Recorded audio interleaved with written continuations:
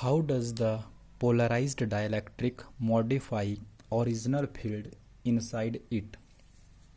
So we know that when a dielectric, whether it is polar or non-polar, is placed in an external field, जब हम किसी dielectric को external field में रखते हैं, it get polarised, चाहे वो नॉन पोलर थी आपके पास या पोलर थी, it get polarised.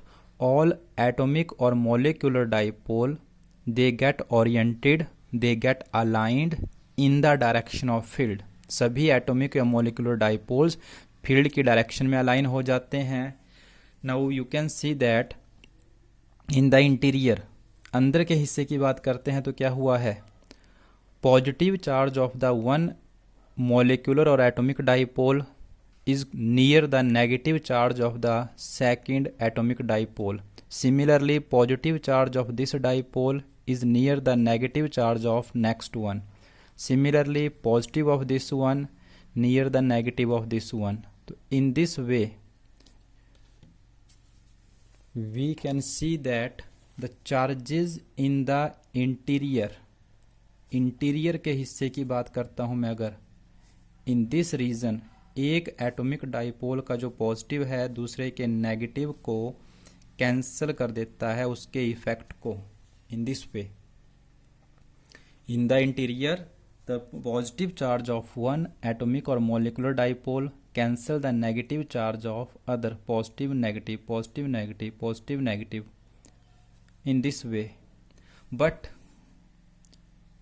There is a net positive charge on the one face, एक फेस पे नेट पॉजिटिव चार्ज है जिसको कोई कैंसिल नहीं कर पा रहा है.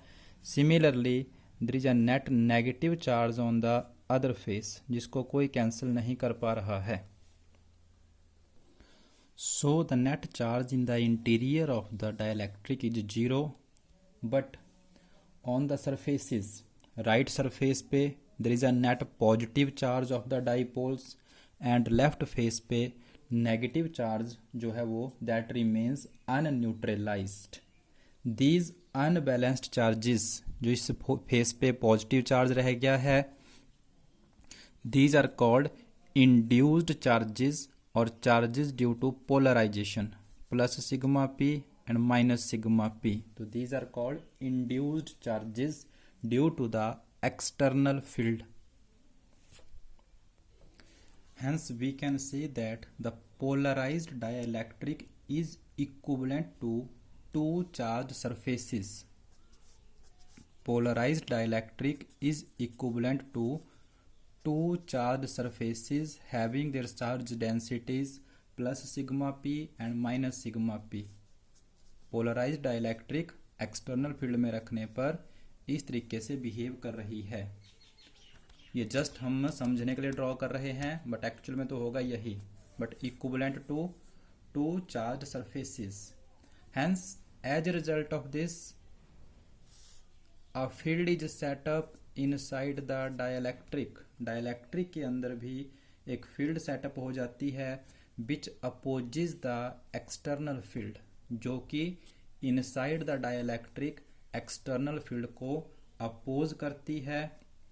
So net field inside the dielectric is equal to दोनों का resultant which is equal to E naught minus E P and not equal to zero, and this value is called E, that is equal to E naught minus E P reduced value of electric field. Inside the dielectric field जो है वो जीरो नहीं होती है, just like the conductor, and this is called reduced value of electric field. Hence we can say कि when a dielectric is placed in the external field, inside the dielectric field is reduced, कम हो जाती है external से. कितनी रह गई है, that is equal to E naught minus E P.